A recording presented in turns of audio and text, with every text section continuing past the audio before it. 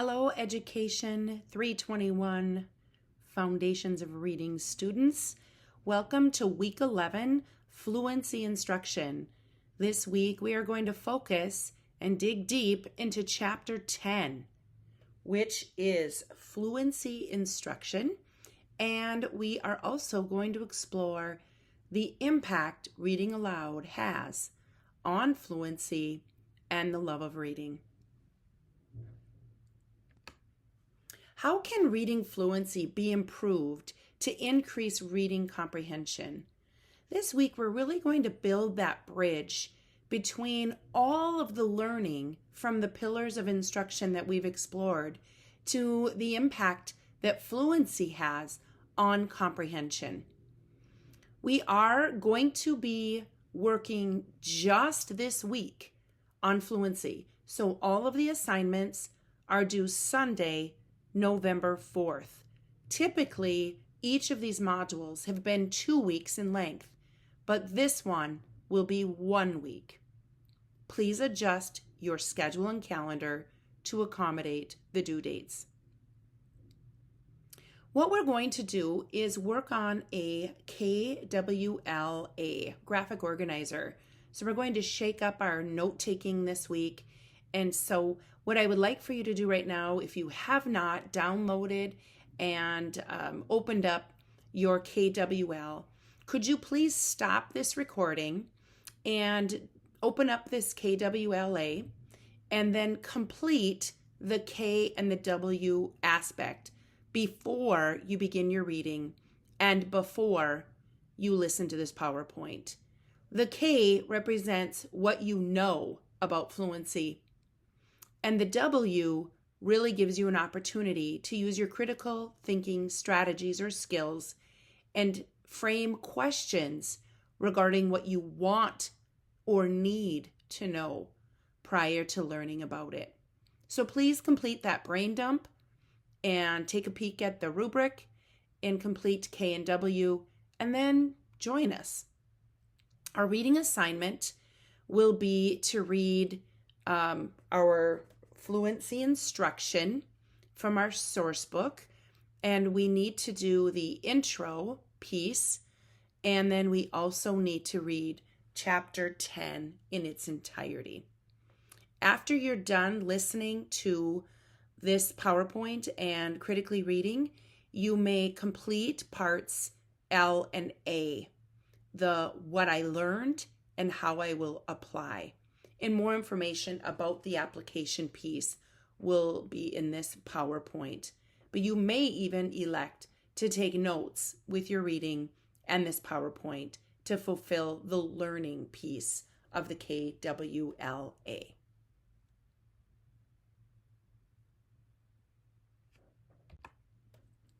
Again, the graphic organizer for fluency is worth 50 points, and you'll be engaging your thinking and learning by completing this graphic organizer. Hopefully, the first 2 sections have been completed. The what I know, which is worth 5 points, and the what you want to know by creating higher levels thinking questions will be worth 10. The majority of the other points for this KWL will come from the L and the A, and it is worth 50 points. Please use bullets and be detailed, and I look forward to seeing what you're learning about fluency. So what is fluency? Well, first of all, I want you to know that fluency is made up of 3 elements. Accuracy, which truly assists with the author's intended meaning. When we can read accurately and decode the words and connect to vocabulary, accurate reading means that we are knowing and understanding the author's intended meaning. The second is expression.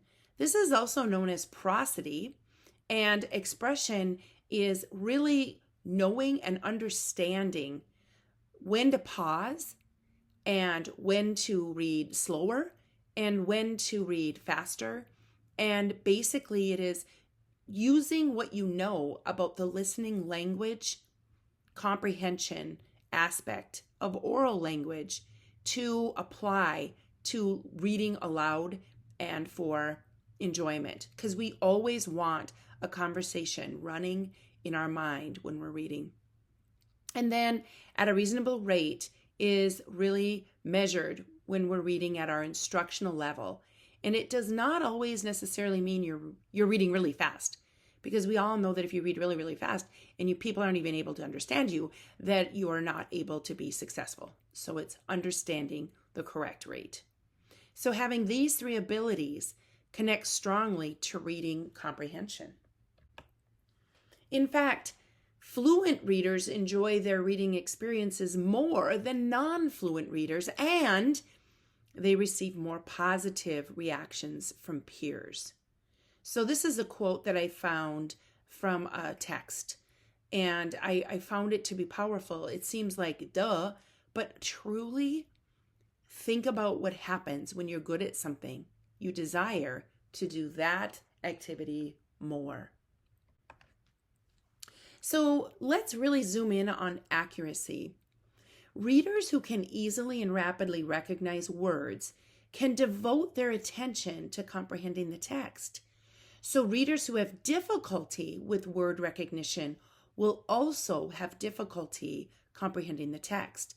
And that is why developing that wealth of sight words and possessing strong decoding skills through phonics instruction to be able to accurately read words are truly prerequisites of fluency. The majority of practice should be with reading words in context of authentic text. So orthographic mapping is the process of moving a word through all four processing systems of the brain to internalize and memorize the word. And so when we have a high level of automaticity, then students are able to read accurately. And that is what contributes to comprehension. So accuracy is the ability to independently recognize and decode words with automaticity. The ability to recognize words without conscious thought. And remember, our goal is to have all words be sight words. So accuracy is without guesswork. It is knowing the words, peeling them off the page, and leaving all of the other brain power for comprehension. The second aspect, prosody, is reading with expression. And this really includes knowing volume, phrasing, intonation, pitch, and inflection. Really using punctuation to read. And it is also known as the melody of language. Reading aloud is a great way to model what reading with expression feels like and sounds like. Again, I often tell students that reading in your mind should sound like a conversation.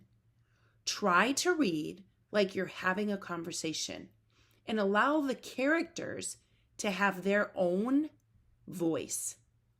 Reader's theater, poetry, knowing and responding to punctuation, sentence structure, characters, voice, enhance fluency, and that increases comprehension.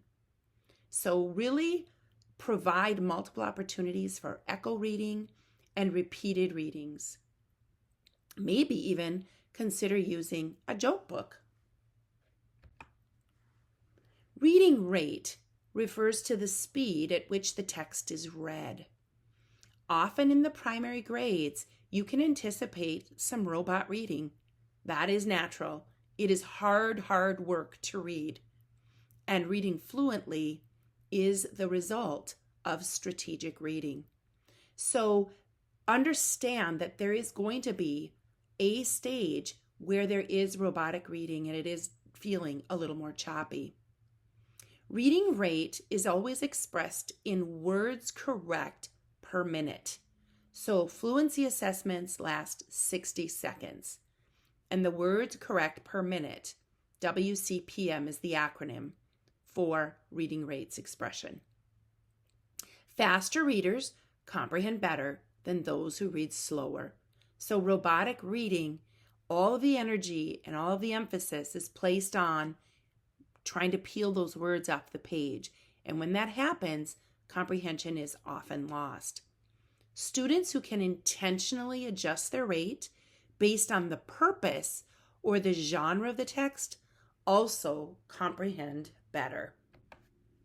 So, as with any complex activity, the demands on your working memory decrease as automaticity increases. So, it will be less strenuous, less rigorous when you have a strong sight vocabulary. And that, decreasing the demands on the working memory, frees up cognitive resources that can be devoted to text comprehension.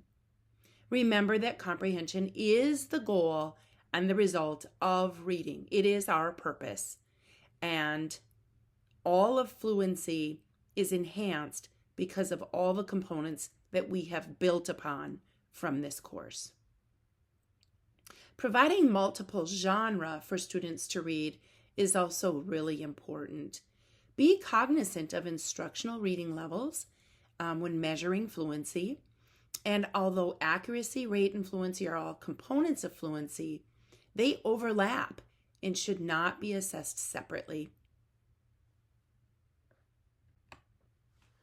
So when should you teach fluency? Let's take a peek again at our 5 pillars of instruction. We started with phonemic awareness, really knowing and understanding sounds in words before we ever attach letters. Listening to the words. The second was phonics instruction, explicit phonics instruction, understanding the alphabetic principle, knowing how language works, and breaking those words apart to apply rules for irregular word reading and those that follow the rules. Now we're talking about fluency. And fluency is, again, a very strategic aspect of reading instruction. It has direct impact on comprehension. Fluency and vocabulary work together. And next week, we will be spending time on vocabulary. It is important to note, and this information is from page 373 of our textbook, that not every student needs instruction focused on building fluency. Sometimes providing experiences within the reading program are enough. You should use assessment to derive instruction. So by measuring and assessing their words correct per minute and understanding their rate, that is going to determine what level of instruction is needed for students. Students need opportunities to hear authentic text read aloud, and we are going to piggyback on read aloud in this study, this module, so we will learn more about reading aloud and the benefits of it. Repeated reading of the same text with corrective feedback also provides opportunities for growing accuracy, prosody, and the rate. And, like mentioned, fluency and vocabulary knowledge directly impact comprehension in grades 3 and up. So daily practice with corrective feedback is imperative. Now, when we talk about practice and feedback, we are not supporting the use of popcorn reading in any shape or form. Popcorn reading has been proven ineffective. Students are preoccupied. They're often looking ahead. They are completely disengaged after their turn. And it is not representing fluid language, nor is it demonstrating fluent reading. So please avoid popcorn reading at all costs and really check out some of the how of fluency instruction to learn more about what that practice looks like. And then the corrective feedback. A teacher listening to a student read a passage or a section is very, very helpful and necessary. And so we want to provide corrective feedback continuously and allow students to reread a passage multiple times to continuously improve. So based on what you know and understand about reading, what do you think influences fluency?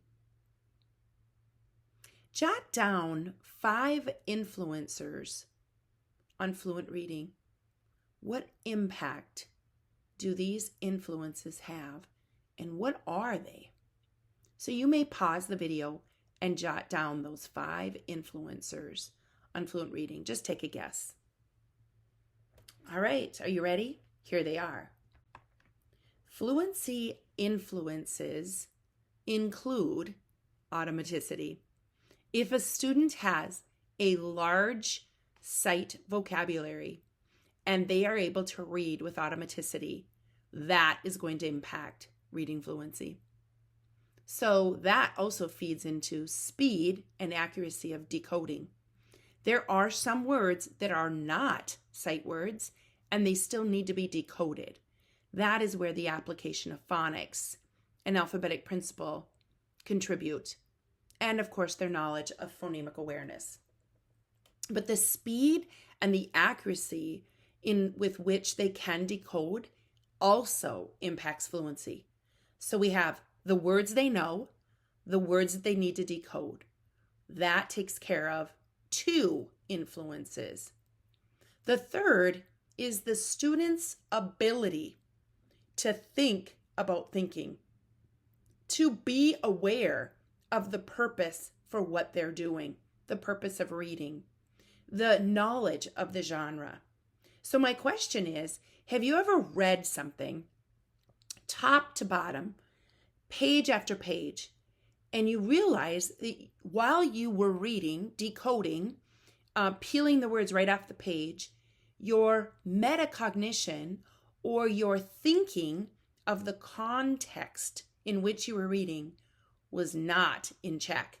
In fact, you were doing something rather brilliant and you were thinking of something entirely different, unrelated to what you were reading.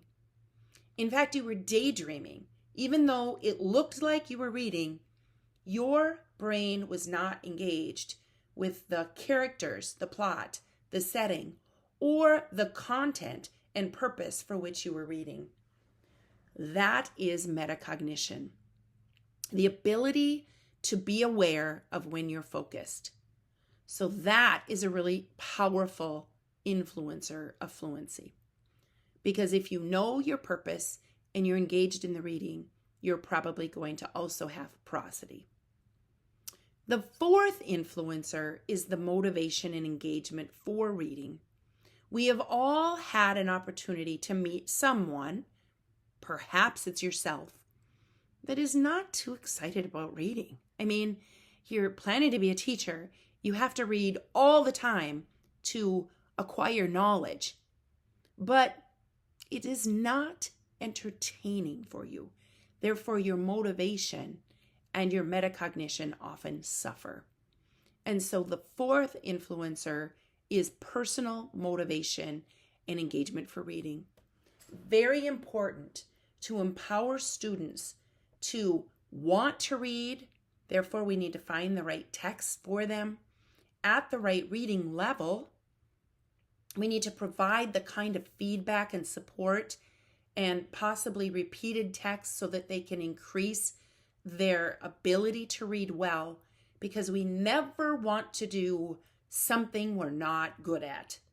So if someone feels that they're not good at reading, there's a pretty good chance they're not going to be motivated or engaged to read. And then the 5th influencer is vocabulary. And that is the ability to grow your repertoire of understanding words and knowing the morphology and the etymology contribute, and also you as a teacher to teach the right words that are going to enhance comprehension. Because we know that reading fluency directly impacts reading comprehension. And these 5 influencers are very, very powerful for improving fluency. So let's take a peek at instruction. Practice develops fluency. Ensure that all students are reading at their independent level, and be intentional with planned instruction, planned explicit instruction that includes accuracy, and we know that accuracy comes from phonics instruction and automaticity, rate, which we know we need to model rate and prosody through oral reading. But in addition, there are fluency instructional lessons that include intonation, stress, tempo, appropriate phrasing.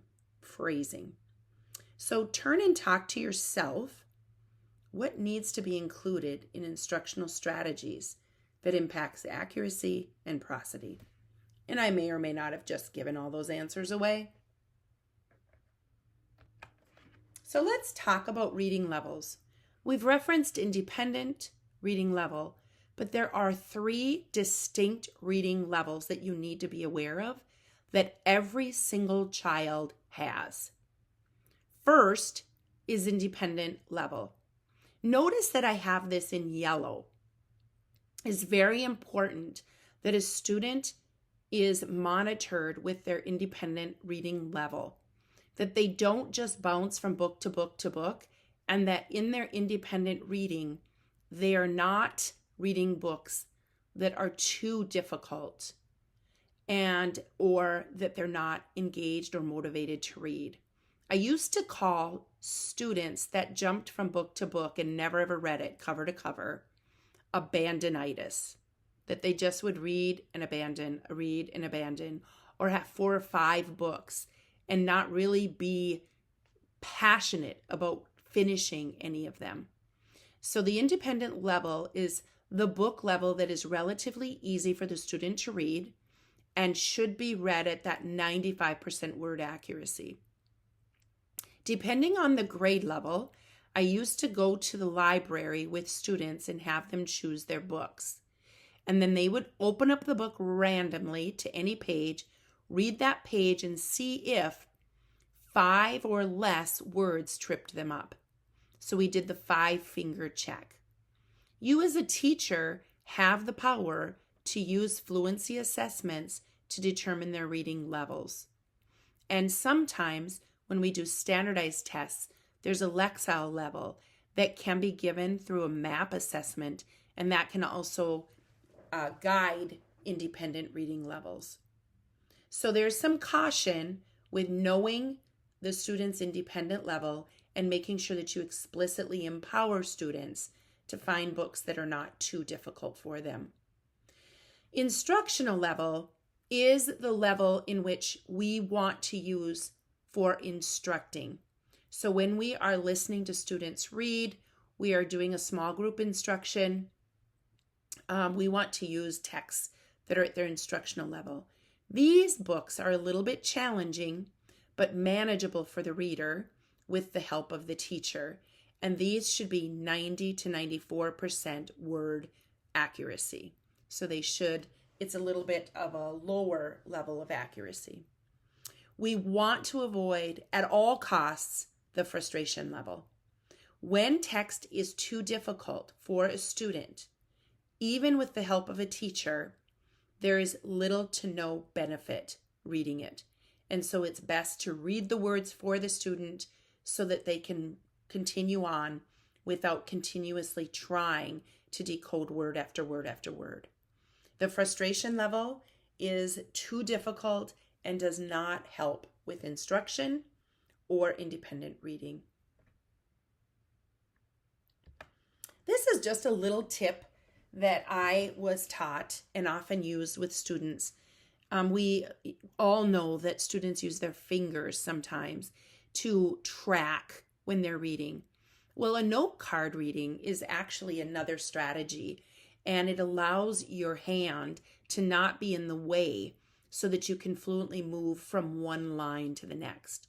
So you use the note card at the top, and the student is able to see all 3 lines. He sleeps all, and your mind can instantly go to day on his warm mat, instead of sometimes your fingers under it, and then you track and you don't move your hand down fast enough for your eyes to start picking up on the next line. And so note card reading from the top down is just a tiny little tip that can also impact or improve fluency. Now let's talk about some intentional instruction. There are 2 places that I want you to really explore for fluency instruction. And the first is your textbook. So on pages 374 through 404, there are multiple lessons for fluency instruction. So I would like for you to explore these strategies. Notice that on the far left column, the lesson model for reading fluency really shares the benchmarks, the strategy, the grade level, the prerequisite, the grouping. Sometimes it's the text, and whatever materials are needed. So really explore those lessons. I know that 25 pages seems a little daunting, but I do want you to be aware that these lessons are possibly going to be very helpful when you're teaching fluency. And this book, although it is what did someone tell me the other day, 1,000,000 pages, is just a fantastic resource. And I hope it's a textbook you keep, because I know that several of the instructors will be using this for methods of reading instruction moving forward. But again, just a great place, the how section of lessons. In addition, there is a website I know we have explored, the Florida Center for Reading Research.org. And when you go there, you will click on For Educators, and then you will click on For Student Center Activities. And then on the left side, there will be a whole bunch of grades, and they kind of partner them up. So it's K1, and then it's 2, 3, 4, 5, and so on. You can choose your grade level, and then you can check out the activities from the 6 areas of fluency instruction. So I have a little screenshot to help guide you. But check out some of those lessons. They can be turned into stations. They can be done whole class, and there's some prep, but all of the materials are there, and you can work on all of the components of fluency. So you can see that for grades 2 and 3, those are some of the activities for fluency instruction, and there are just lots and lots of lessons. So a great resource. Use this section for the A part of your KWLA. So include fluency lessons or strategies in the A. There will be some other things that you can apply that you've learned about, and absolutely live in that higher level of thinking for fluency application. But don't neglect to include some of these fluency lessons in both of these areas. So what does explicit instruction include? This will be explored much greater in the methods of reading aspect of your learning. But it is so important for you to understand that explicit lesson plans are connected to the standards, possibly even the district's pacing guide. They are developed from a detailed scope and sequence of the curriculum, and always developmentally appropriate. So you need to know your learning objectives or your I can statements, or if I utilize essential questions, but whatever it is, they need to be stated. And then an explicit lesson plan really has 3 distinct parts. It has a strong opening where you gain your students' attention. You state the goal of the lesson. Students need to know why they're learning what they're learning and what your goal is. And then you may even review some critical prerequisite skills or aspects or components that you've currently taught that you're building upon. The body of an explicit lesson always has a strong modeling component. So the teacher will always talk through, model, and explain the I do it section. And students will watch. It takes away the guesswork. It creates stronger, confident learners. And then they are prompted or guided with a we do it. And the whole class will participate in we do it.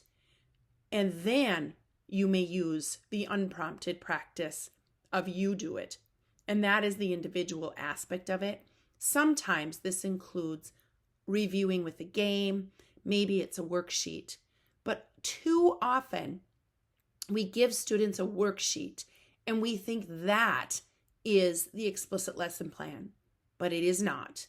The worksheet is the you do it section, the skill instruction, the modeling, the guided practice, building confidence, and doing it correctly multiple times is the body of the explicit lesson. And the you do it is one teeny, tiny aspect with independent practice. Much has to be done prior to that. And then all explicit lesson plans are closed with a short review of what was learned, and then they can be assigned the independent work if applicable. So we've talked a little bit about assessments for fluency. Our teaching reading source book actually addresses assessment for fluency in chapter 9. That is what we are going to spend time on with the methods of reading instruction. Before you can assess that, I know that we need to assess to determine who needs instruction. But for our foundations course, I want you to learn about what actual fluency is and what the instruction includes. And then we will really explore assessments for fluency in our methods course. So you would assess to determine the need for explicit instruction. You would know the instructional level of your students and assess their words correct per minute. You would progress monitor to determine growth, need for instruction, and or which approach needs more focus. And then there are additional articles or information in our Reading Rockets regarding fluency. So there's an article called Screening, Diagnosing, and Progress Monitoring for Fluency, the details, and Understanding and Assessing Fluency. So if you desire to know more about assessments for fluency, please feel free to check out that information or those articles. And you can Google them and they will pop up. So fluency truly grows when students have opportunities to hear text read aloud, to have multiple opportunities to reread the same passage, and are taught explicit strategies for fluency instruction. We are going to focus now on the benefits of read aloud. I am going to place a read aloud opportunity for you to listen to me reading aloud The Skin I'm In by Sharon Flake in Blackboard. Please listen to 2 chapters that I read aloud and then complete a journal entry.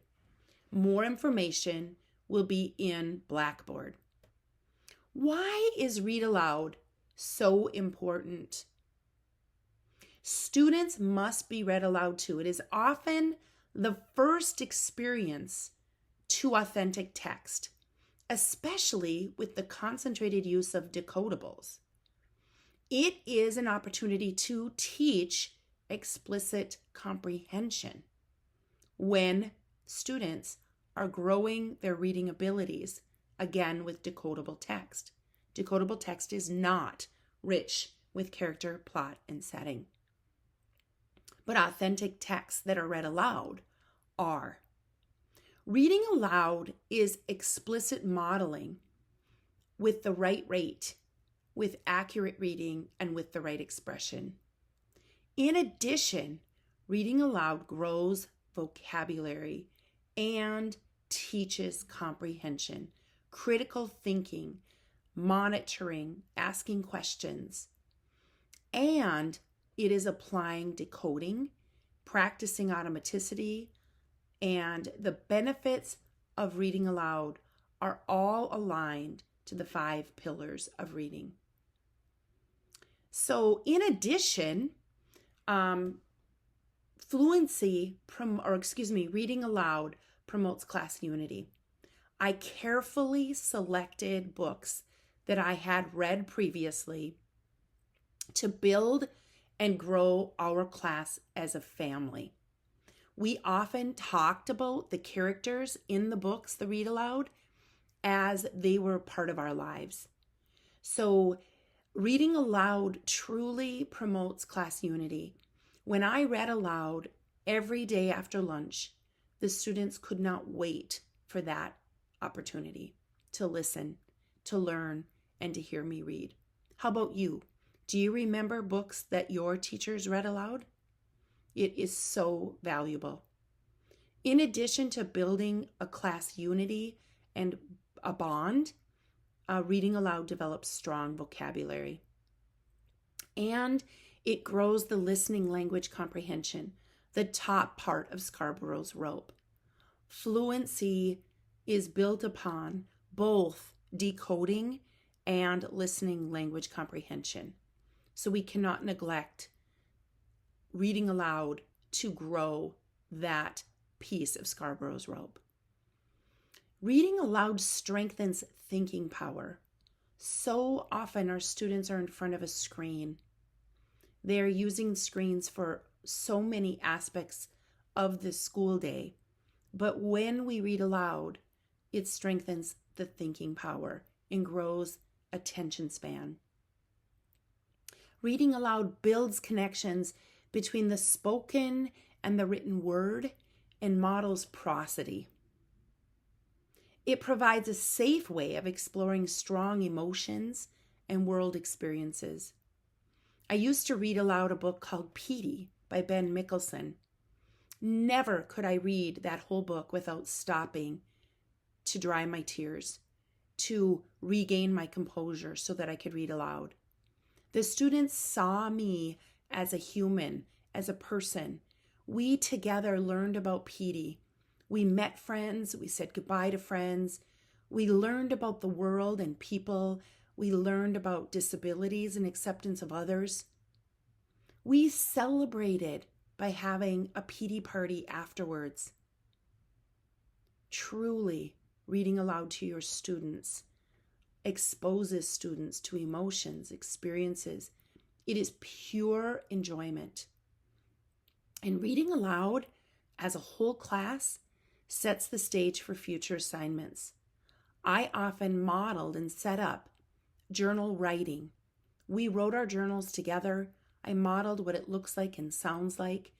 I gave them opportunities and showed them the levels of writing, whether they were retelling what happened, reacting to what happened, predicting what would be next, or sharing their visualization.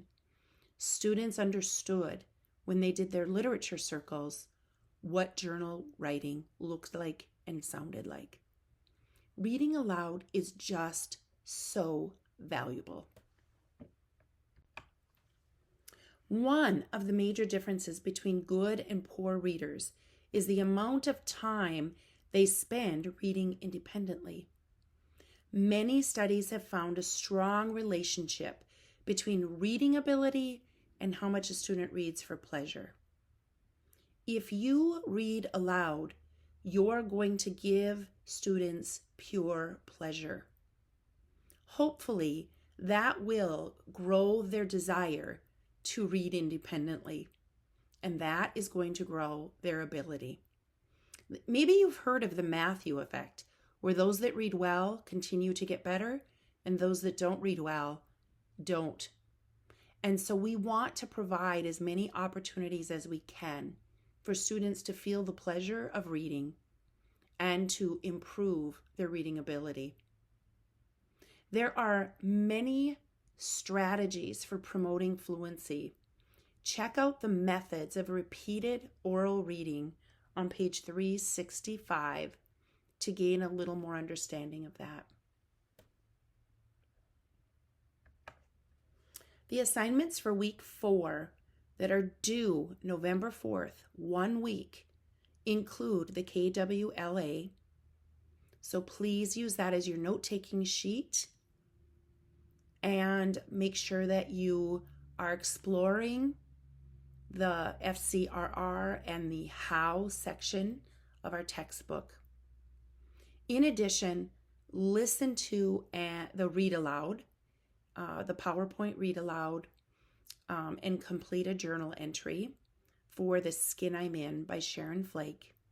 The journal entry will be attached, and you get to choose whether or not you want to retell, or you want to react to what you listen to, or whether you can make a connection, but you should write just one paragraph. This is not, think of yourself as a student in my middle school classroom. One paragraph, but what I want you to do is make sure you end your journal entry with a level 2 or 3 question. That is going to give me so much information about your understanding of the text. I'm actually using The Skin I'm In to model for you our final project, which will be for you to develop an integrated unit of study. More information about this unit will be coming, but for now, please begin thinking of a novel you could use. Maybe it's a novel that your teacher read aloud to you. Maybe it is a novel that is your very favorite from your childhood. I do recommend that you use a novel you have already read. And then based on that, you will determine grade level. And then I will give you more information. So thinking ahead, we will be exploring Chapter 11, specific word instruction, vocabulary. And in the meantime, determine the grade level and the novel you will use for your final project for Foundations 321. It is going to be called an integrated unit of study. You will be demonstrating intertextuality, vocabulary, instruction, and comprehension strategies. So, more will follow. I hope these learning opportunities are moving you forward with your learning and understanding of reading foundations. I truly appreciate your hard work and your dedication, reaching out when you have questions, and I hope that you are getting so much out of this course.